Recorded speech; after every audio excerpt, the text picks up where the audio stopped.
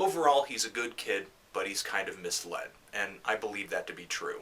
But if I'm to use the music on this thing as a guide, I'm not really worried about him eventually finding his way. Right now I'm feeling a strong 7, a very strong 7 to a light 8. All I know is that from front to back, I did not enjoy Goblin. There are some great tracks I pull out of it, but, you know, kind of a strong 4 to a light 5 on this album. Tyler is clearly not interested, at least at this point anyway, in improving his technical abilities as a rapper, because a lot of his flows on some of these tracks can be kind of awkward, despite the fact that they may be heartfelt and very emotive. The instrumentals are a definite improvement. The feature list is pretty impressive, and getting people like Erykah Badu and even Letitia Sater on your album is...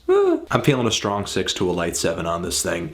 Just because of the bad mixing and the bad production, there are some instrumentals here that are some of the worst that have ever been on a Tyler, the Creator album. So while I don't really care for this LP, I do have to give it to Tyler for being one of the few artists out there bold enough to simultaneously disappoint and impress so consistently. I'm feeling a strong 3 to a light 4 on this album. I think this album is Tyler's best effort to date. It's a very tight 47 minutes. It's his best produced album, his best written and conceived album, his best performed and rapped album. And I loved a great deal of the tracks on this thing. I'm feeling a decent to strong 8 on this record. Get the sense that he actually worked on this EP and put as much effort into this as he would a track on Flower Boy.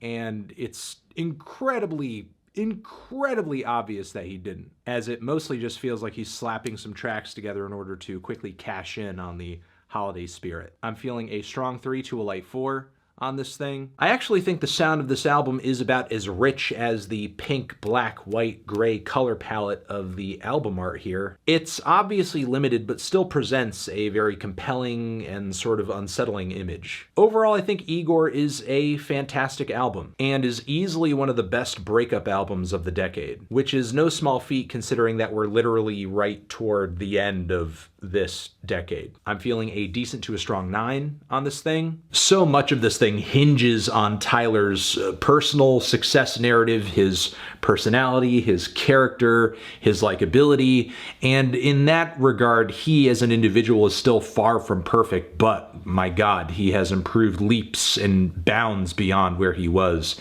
at the Goblin stage for sure. The way Tyler produces, writes, raps, and dissects and describes his world is just so much better than it used to be, and I think even he is well aware of that. I'm feeling a light to decent 8 on this. Still, I think with this record, you can genuinely put another one on the board for Tyler, who continues to be such a refreshing contrast from a lot of everything else in the mainstream. Even if Chromacopia isn't Tyler's best, it's still a cut above the rest, which is why I'm feeling a light 8 on this album.